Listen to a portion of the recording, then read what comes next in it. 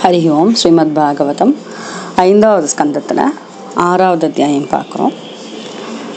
6வது அத்தியாயத்தில் ரிஷபதேவர் எப்படி தன்னுடைய உடலை நீத்து அவருடைய அபோர்டு வைகுண்டத்துக்கு சென்றார் என்பதை பற்றி பார்க்க போகிறோம்.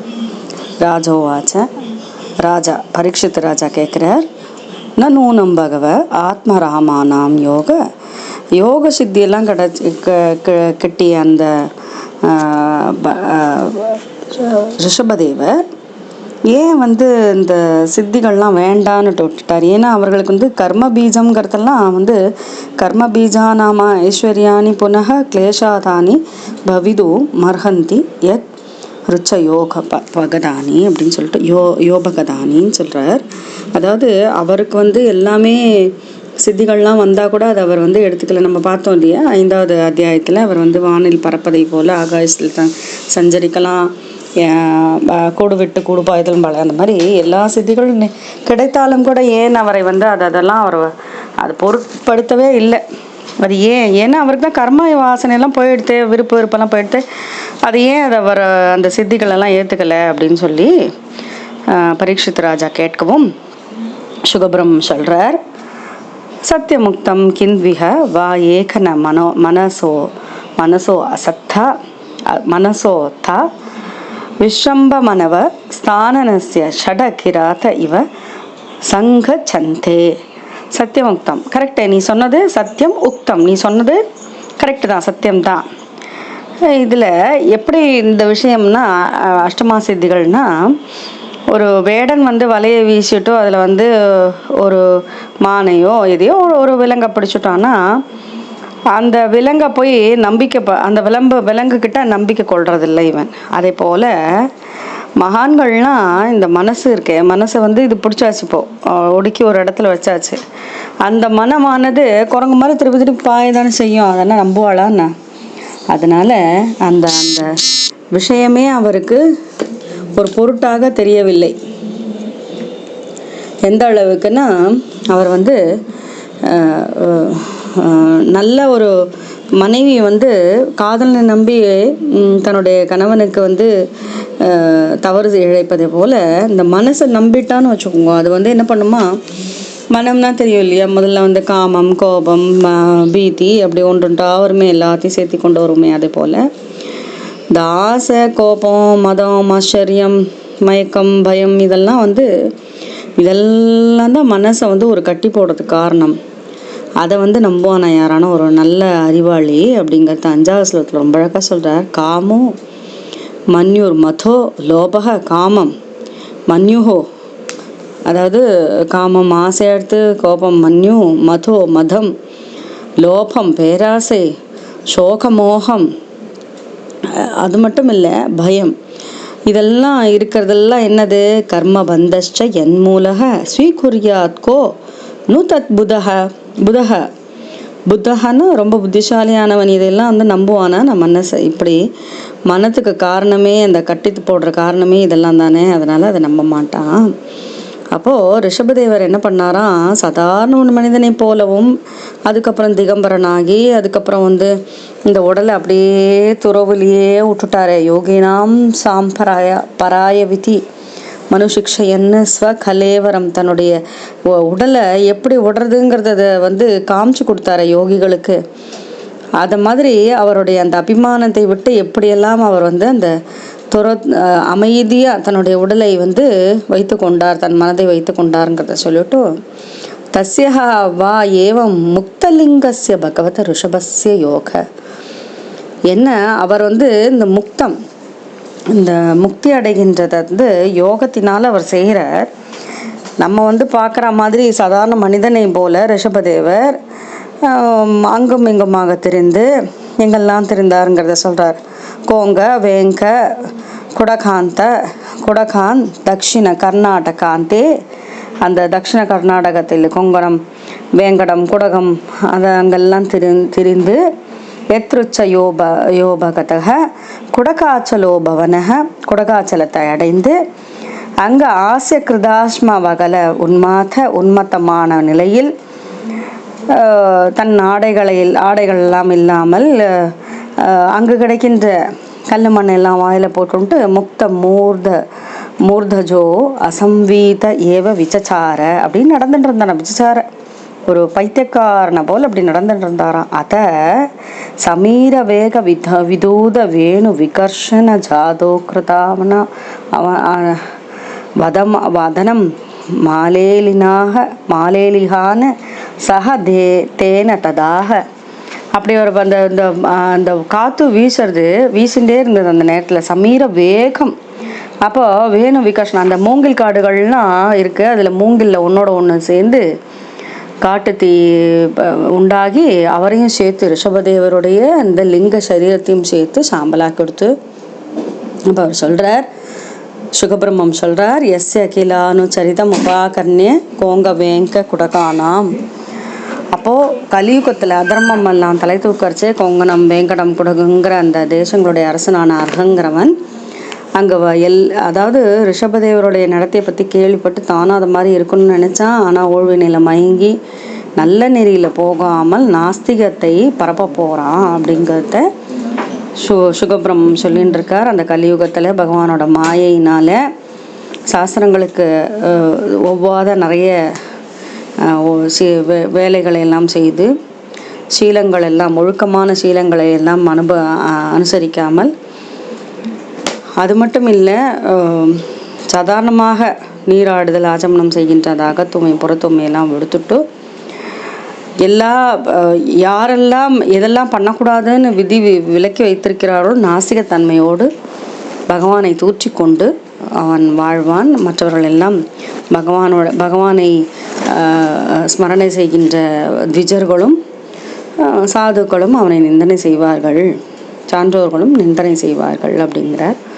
அப்போது இந்த மாதிரி பண்ணினா தேச்ச ஹியர் வாக்தனையா நிஜலோக யாத்திரையாந்த இப்படிலாம் பண்ணினா என்ன ஆகும்னா அவள் நரகத்தில் சென்று விழுவார்கள் அப்படின்னு சொல்லி பகவானுடைய ரிஷபதேவருடைய திரு அவதாரம். அது அவருடைய அவதாரமாக அவருடைய வாழ்க்கை என்னத்துக்காக வந்ததுன்னா மோட்சத்தை சொல்கிறதுக்காக வந்தது. மக்கள் அவர் தன்னுடைய தேகத்தை தெஜிச்ச அப்புறம் எல்லாரும் அவருடைய அழகான குணங்களை எல்லாம் பற்றி பேசுகிறாளாம். இந்த மாதிரி ஒரு தர்ப்பம் உண்டா பூமண்டலத்தில் சப்ததீபு நவவர்ஷத்தில் இந்த பாரத வருஷமே பெரிய புண்ணிய பூமியாக இருக்குது. ஏன்னா பரத வருஷமாக ஆயிடுது இல்லையா முதல் மகனுடைய பேரில். அஹோனு வம்சோ யசசாவதாதக, பிரியவர்தனுடைய வம்ச பரம்பரை பிரியவர்த்தோயற்ற புமான் புராண, அவனுடைய வம்ச பரம்பரையே ரிஷபருடைய அவதாரத்தினால ஒளி வீசின்னு இருக்கு.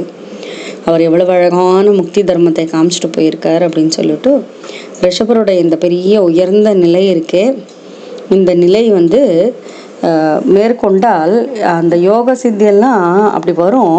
நம்ம யோகமாயா ஸ்பிருகா யாரெல்லாம் யோகம் வேணும்னு நினச்சி யோக சக்தி வேணும்னு நினச்சி இருந்தால் கூட அந்த சித்திகள்லாம் அவரிடத்தில் வந்ததுன்னா அதாவது யோகத்துக்காக அஷ்டாங்க யோகம் செய்து அஷ்டமா சித்திகளை பெற்றாலும் அவர்கள் அதுக்காக ஆசைப்பட்டு தானே பண்ணுறான். ஆனால் ரிஷபர் அப்படி இல்லை. சத்தையா ஏன கிருத பிரயத்னாக, அவர் அதெல்லாம் ஒரு சக்கையாக நினச்சிட்டு அதை ஒதுக்கி தள்ளிட்டாரு அப்படின்னு சொல்லி ரிஷபதேவருடைய இந்த பரம பவித்திரமான சரித்திரம் எல்லாருடைய பாப்பங்களையும் நீக்க வல்லதுங்கிற அழகான பலப்பிராப்தியை சொல்கிறார். இதிஹஸ்ம சகல வேத லோக தேவ பிராமண கவாம் பரமகுரோர், வேதங்கள் லோகத்தில் இருக்கவா தேவர்கள் பிராமணர்கள் பசுக்கள் எல்லாத்துக்கும் ஒரு குருவாக இருந்தவர் இந்த ரிஷபதேவர். ரிஷபாக்கியஸ்ய விசுத்த சரிதமீரிதம் பும்சாம் சமஸ்த துஷ்சரிதாபிஹரணம். நம்மளுடைய பாப்பங்களையெல்லாம் நீக்கிடும் ரிஷபருடைய இந்த அழகான சரித்திரத்தை கேட்பதினாலும் பரம மகாமங்களாய நமித்தம் ஸ்ரத்தையோ உபசிதையா சுணுவோ தியா ஸ்ராவயதி, யார் கேட்கின்றார்களோ யார் சொல்கின்றாளோ பாவஹிதோ பகவதி தஸ்மின் வசுதேவ ஏகாந்ததோ பக்தின் அனயோரபி சமனுவர்த்ததே. சரித்திரத்தை கேட்கறதுனால அவரிடத்தில் நிலையான பக்தியை பெறுவார்கள். யஸ்யாமேவ கவய ஆத்மானவெம்ம விரதம் விவித விருச்சின சம்சார பரிதாபோ சம்சார பரிதாபம், இந்த சம்சார சாகரத்தில் கஷ்டப்படுறவாளுக்கு இந்த பக்தி வெள்ளத்தை பெருகுவதற்கான ஒரு பெரிய ஒரு வழிகாட்டியாக அவர் இருந்திருக்கார். அதனால் மோட்சங்களை இப்போ நம்ம முமுட்சுவாக இருக்குவா, மோட்சத்தை விரும்புபவர்கள் கூட பக்தி யோகத்தில் வந்துட்டான்னா அவர்களுக்கு எல்லா 4 புருஷார்த்தமும் கிடச்சிடும். தர்மம் அர்த்தம் காமம்னு சொல்கிறோமே, வீடு பேருன்னெலாம் கிடச்சிடும். ஆனால் அதில் இவர் சொல்கிறார் முத்தாய்ப்பா 18வது ஸ்லோகத்தில், ராஜா பரீட்சித் ராஜாவை கூப்பிட்டு சொல்கிறார், பதிர் குருரலம் பவதாம் யதோனா. இந்த கிருஷ்ணன் இருக்காரே, உங்களுடைய பாண்டு வம்சம் இருக்கே, அந்த வம்சத்துக்கு அவர் ரொம்பவும் அழகான ஒரு தலைவராகவும் குருவாகவும் இருந்தார். யதுனாம் பவதாம் பதிர் குரு இல்லையா, உங்களுக்கு குருவாக இருந்தார். பிரிய தெய்வமாக இருந்தார். குலபதியாக இருந்தார். கோச்ச சில சமயங்களில் கிங்கரோவாக வேலைக்காரனாக கூட இருந்தாரேப்பா. அவர் பார்த்த சாரதியாக இருந்தார் இல்லையா. அப்போது இந்த மாதிரி ஒரு பக்தருக்கு என்னெல்லாம் வேணுமோ அதெல்லாம் அவர் பண்ணியிருக்கார். அஸ்வேவமங்க பகவான் பஜதாம் முகுந்தோ முக்திம் ததாதி. ஏன் முக்தி கூட கொடுத்துட்றார். முக்திம் ததாதி கர்ஹிச்சித்து. ஆனால் அவர் ஸ்மன பக்தி யோகம், அவர்களுக்கு ரொம்ப சாதாரணமாக பக்தி யோகத்தை கொடுப்பதில்லை. பக்தி யோகம் ரொம்பவும் சிறந்தது. இந்த பக்தி யோகம் வரணும்னா பகவானுடைய கதா கீர்த்தன ரசத்தை அனுபவிக்கணும்னு சொல்லிட்டு இருக்கோம் இல்லையா.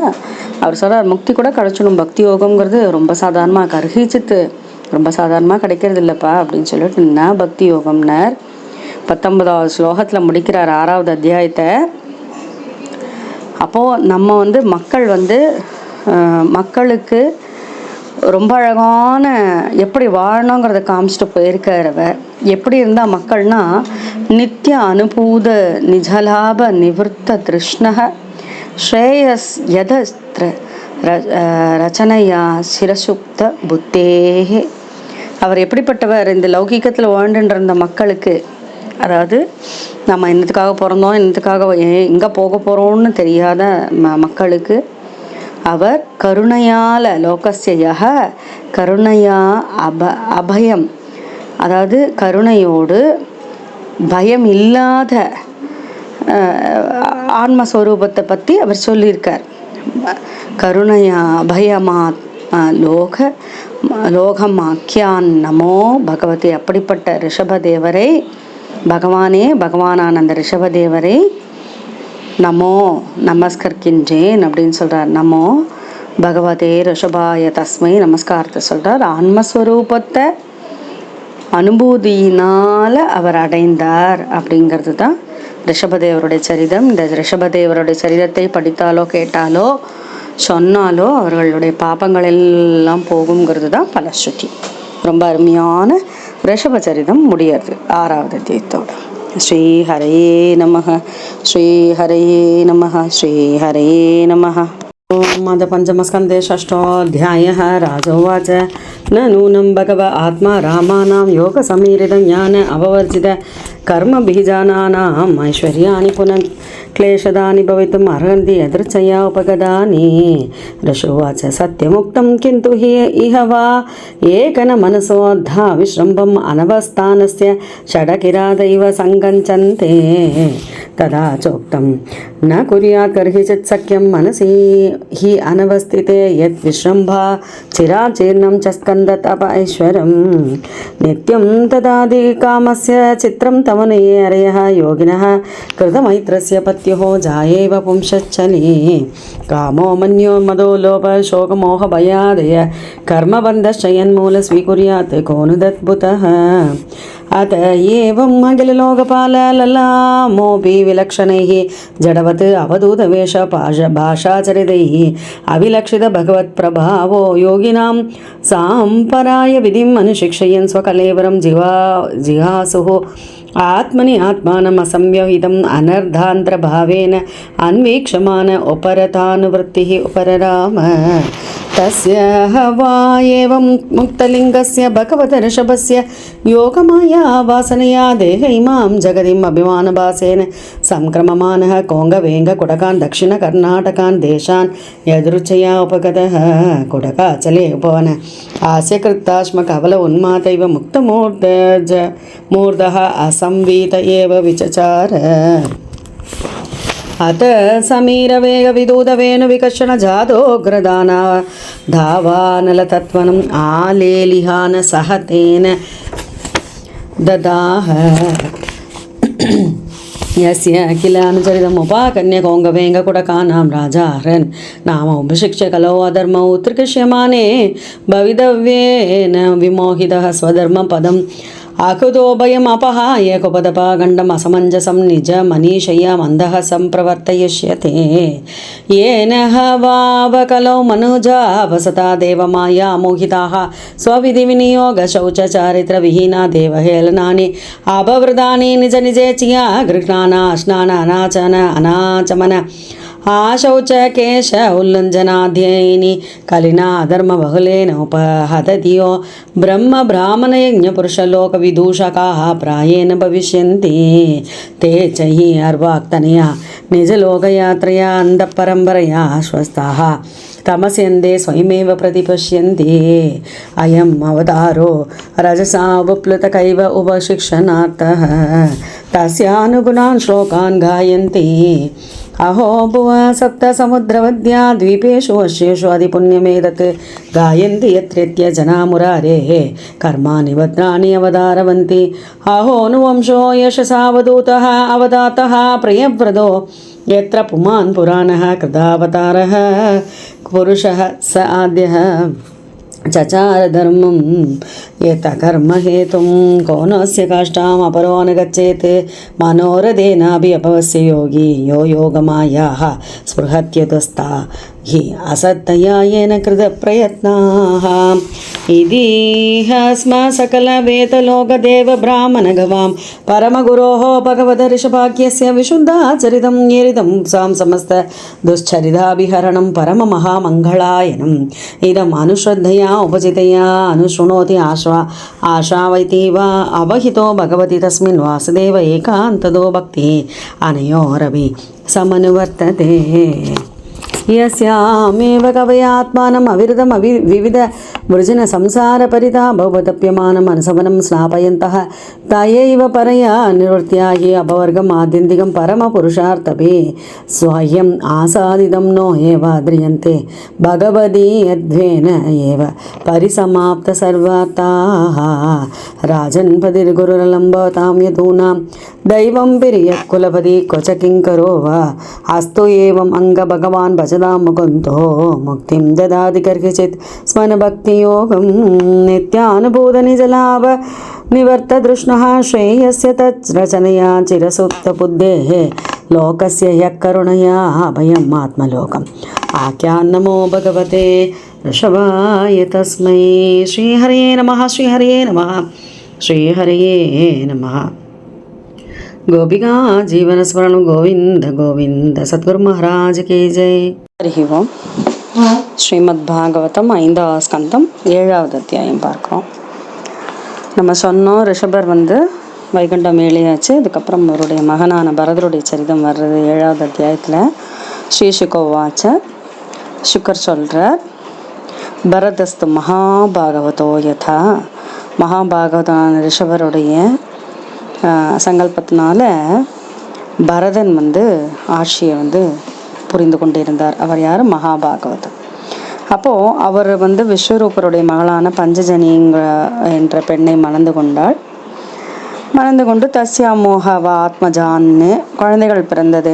எப்படி பஞ்சபூதங்களுக்கும் காரணமான தாமசத்துலேருந்து சப்தம் முதலான சூக்ஷ்ம தன்மாத்திரையெல்லாம் வந்ததோ அதை போல பஞ்சஜனியின் உதரத்திலிருந்து 5 பஞ்சஜனி பேரே பாருங்க, அதுதான் டெபிக்ஷன். அவள் 5 குழந்தைகளை பெற்றெடுத்தாள். சுமதி, ராஷ்டிரபுத்து, சுதர்சனன், ஆவரணன், தூம்ரகேது என்ற 5 ஆண் குழந்தைகள்.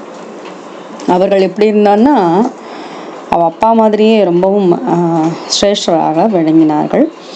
பரதன் ஆண்டு கொண்டு இருந்ததுனால பாரத வருஷம்னு நம்ம சங்கல்பத்தில் சொல்கிறோம், அது அழைக்கப்படுகின்றது. அப்புறம் அந்த பரதர் வந்து எப்படி வந்து ஆட்சி புரிந்தாருங்கிறது பார்க்கறச்சே, பித்ரு பிதாமகா அவருடைய தந்தையான ரிஷபரை போல, பிதாமகரா நாபியை போல ஆட்சி பரிபாலனம் பண்ணி கொண்டு வந்தார் அப்படிங்கிறார். அதுவும் இல்லாமல் பிரகிருதி விகிருத்தின்னு அக்னிஹோத்ராதி கர்மங்களை எல்லாம் செய்து கொண்டு சின்னதும் பெருசுமா நிறைய வேள்விகளை எல்லாம் செய்து கொண்டிருந்தார். வேள்விகள் செய்து கொண்டிருந்தால் எல்லா ராஜாவும் தான் பண்ணிட்டு இருந்தா. இவரில் என்ன ஒரு விசேஷம்னா, பரதர் அந்த வேள்வி கர்மா பண்ணினா அதுக்கான புண்ணிய பலன் வரும் இல்லையா, அதை யஜ்ஞநாராயணனா இருக்கிற பகவானுக்கே பகவதி வாசுதேவ ஏவ பாவயாமான ஆத்மைன்னு புண்ணியம் மிருதி தகக்ஷாயோ ஹவிஷ்வ, அந்த ஹவிஸை பகவானுக்கே அர்ப்பணம் பண்ணிட்டார். அந்த புண்ணியத்தை பகவானுக்கே அவர் அர்ப்பணம் பண்ணிட்டார். எல்லா கர்மாவனுடைய கர்த்தாவே பகவான் தானே, அவரை தான் எஜமானன். இருந்தாலும் இவர் எதையும் எதிர்பார்க்காமல் செய்தாருங்கிறதுக்கு உண்டானது பகவத் அர்ப்பணமாகவே செஞ்சதுனால என்ன ஆயிடுத்துன்னா, அவருடைய மனமானது இன்னும் சுத்தம் அடைஞ்சுடுத்தான்.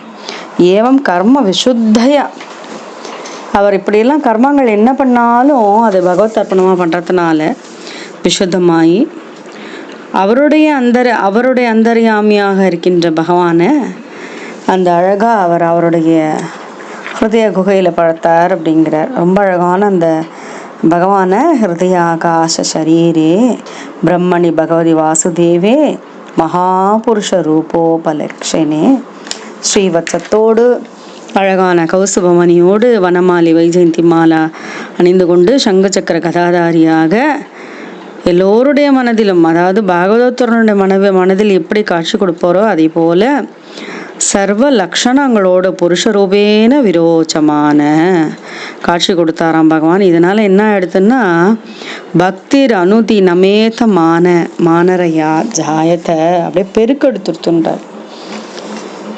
அதை அப்படியே வாழ்ந்து கொண்டிருந்தார். எவ்வளவு நாள்னா, ஏவம் வருஷா ஆயுத சஹஸ்ர பர்யந்தம், 1,000,000 வருடங்கள் அப்படி ஆட்சி புரிந்து இது போரும்னு சொல்லி விரக்தி பக்தியோடு தன் புத்திரர்களுக்கு எல்லாத்தையும் பிரித்து கொடுத்துட்டு புலகாசிரமம் விராஜ புலகாசிரமத்துக்கு சென்றார். அப்போது புலகாசிரமம் எங்கன்னா, பகவான் ஸ்ரீஹரி எப்பொழுதுமே வாத்சல்யத்தோடு அவர்களுக்கு எப்பொழுதெல்லாம் அவர்கள் மனதால் நினைக்கின்றார்களோ இச்சாரூபமாக அவருக்கு தரிசனம் கொடுத்துட்டு தானே இருக்கார் இல்லையா.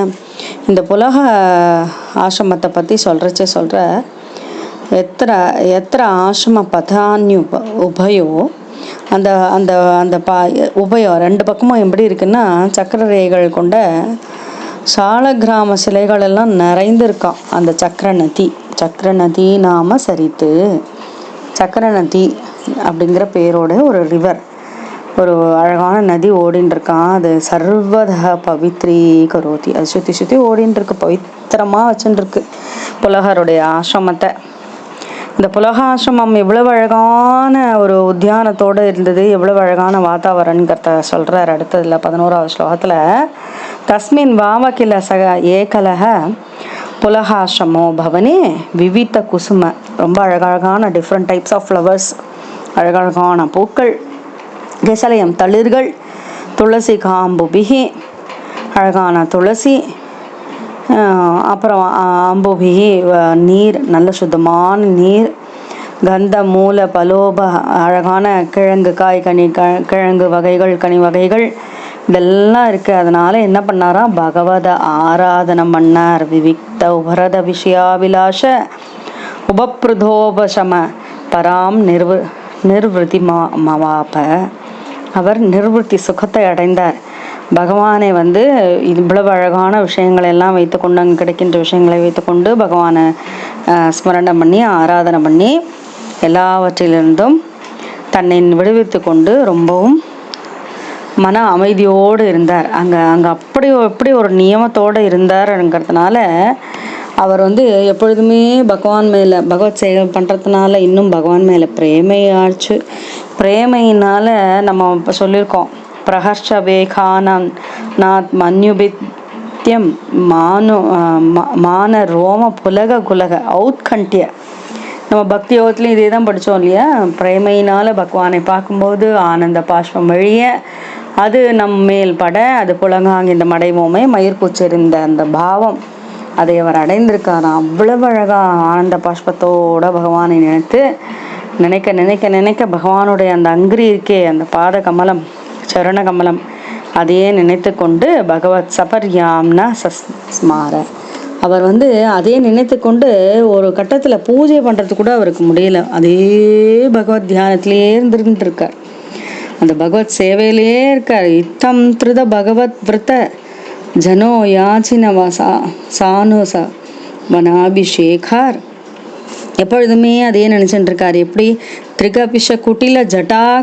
கலாபேன மாந்தோலை அணிந்துட்டுருக்கார், 3 வேளையும் குளிச்சுட்டு இருக்கார். அந்த ஜடையாக எடுத்து அந்த தலைமுடி நனைஞ்சு அந்த ஜடை கட்டி எடுத்து, ஆனாலும் எப்படி இருந்தார் தெரியுமா, விரோச்சமான ஒளி வீசின்னு இருந்தாராம். சூரியர்ச்சா பகவந்தம் கிரண்மயம் புருஷம் முஜிஹானே சூரிய மண்டலேப்யோதிஷ்டன் நேதத்தோ ஹோவாச்ச. பகவானை ஸ்ரீமன் நாராயணனான பகவானை எப்படி சூரியன் உதயமாகறச்சே சூரிய காயத்ரி சொல்லி சுதி பண்ணார் அப்படிங்கிறத பரோ ரஜசவிதுர் ஜாதவேதோ தேவஸ்ய பர்கோ மனசேதம் ஜஜான் சுரேதசாத புனராவிஷ்ய சஷ்டே ஹம்சம் கிருத்ரானம் நிஷ்ருங்கிராமிமஹ. 14வது ஸ்லோகத்தில் சொல்கிறார், சூரியநாராயணனாக இருக்க பகவான் எப்படிப்பட்டவர், அவரெல்லாம் மாயைக்கு அப்பாற்பட்டவர். என்னென்னலாம் நம்ம பண்ணுறோமோ அதுக்கு உண்டான கர்மத்துக்கு உண்டான பலனத்தை கொடுப்பவர். அவருடைய சங்கல்பத்தினால்தான் இந்த பிரபஞ்சம் உண்டானது. பின் அவரே அது உள் நுழைந்தார், அழகாக அந்தர்யாமியாக சிச்சக்தினால் எல்லாரையும் காத்திருச்சு கொண்டு இருக்கார். அப்படிப்பட்ட தேஜோமயமான பகவானை ஸ்துதிக்கணும் அப்படிங்கிற அந்த ஸ்லோகத்தோட 14வது ஸ்லோகத்தோட 7வது அத்தியாயம் பூர்த்தியாகுது.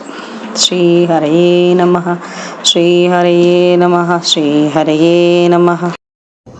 हरिः ओम्. अथ पञ्चमस्कन्धे 7मोऽध्यायः. श्रीशुकोवाच भरतस्थो महाभागवतो यथा भगवता अवनितलपरिपालनाय सञ्चिन्तितः तत् अनुशासनपरः पञ्चजनीं विश्वरूपदुहितरम् उपयेमे.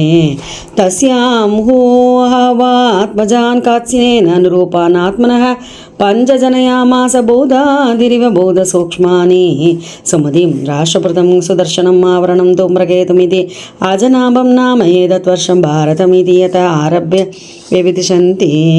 स बहुविन्महीपतिः पितृपितामहवत् उर्वत्सलतया स्वे स्वे कर्मणि वर्तमानाः प्रजाः स्वधर्मम् अनुवर्तमानः पर्यपालयत्.